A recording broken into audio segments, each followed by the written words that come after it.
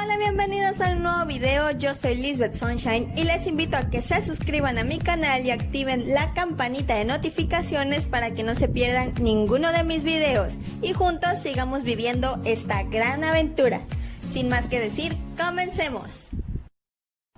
Apparently, the sea hides more secrets than we can imagine.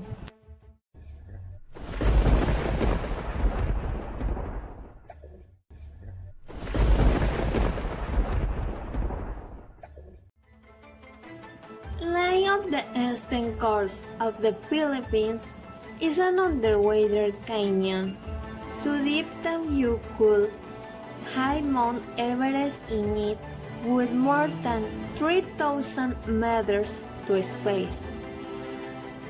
In perpetual darkness and faced with incredible pressure, it's easy to imagine that the Mariana Trench is one of the most inhospitable places on Earth.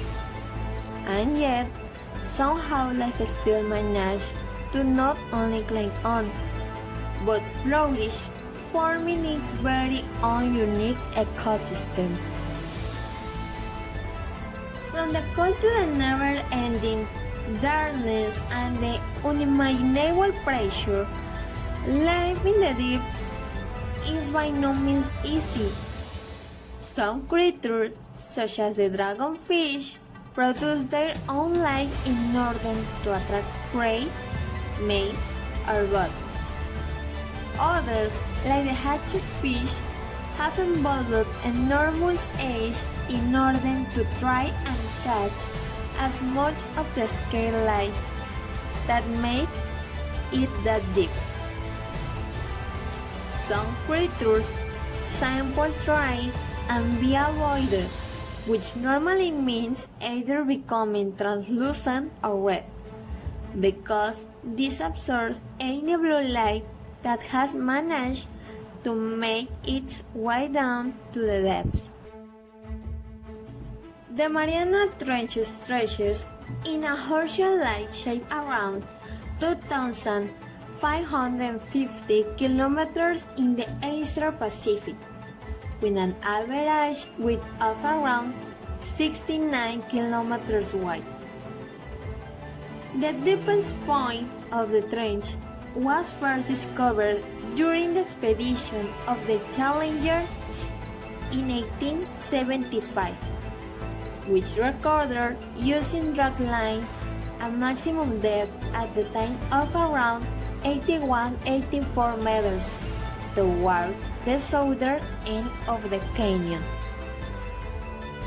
But it will be almost 100 years before humans will descend to the depths, when in 1916 Jacques Picard and Don Walsh got into the submersible trace and started their descent. Using gasoline for buoyancy and iron shot for ballast, the trace took 4 hours and 47 minutes to reach 10,916 meters deep, and confirmed unequivocally for the first time that life survives at the bottom. With no light getting anywhere near to the seafloor, the next question turns to what these organisms eat.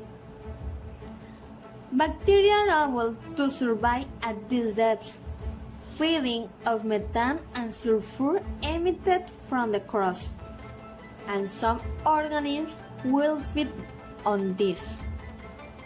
But many will rely on what is termed marine snow, or little bits of the streets that float down from the surface. So the deepest depths of the ocean, while supporting some large organisms such as the sea cucumbers and shrimp, are really dominated by the ubiquity of bacteria. Y eso fue todo por el video de hoy. Espero que este video les haya gustado. No olviden que están cordialmente invitados a suscribirse a mi canal. Subo videos todos los martes, jueves y sábado. Nos vemos hasta la próxima.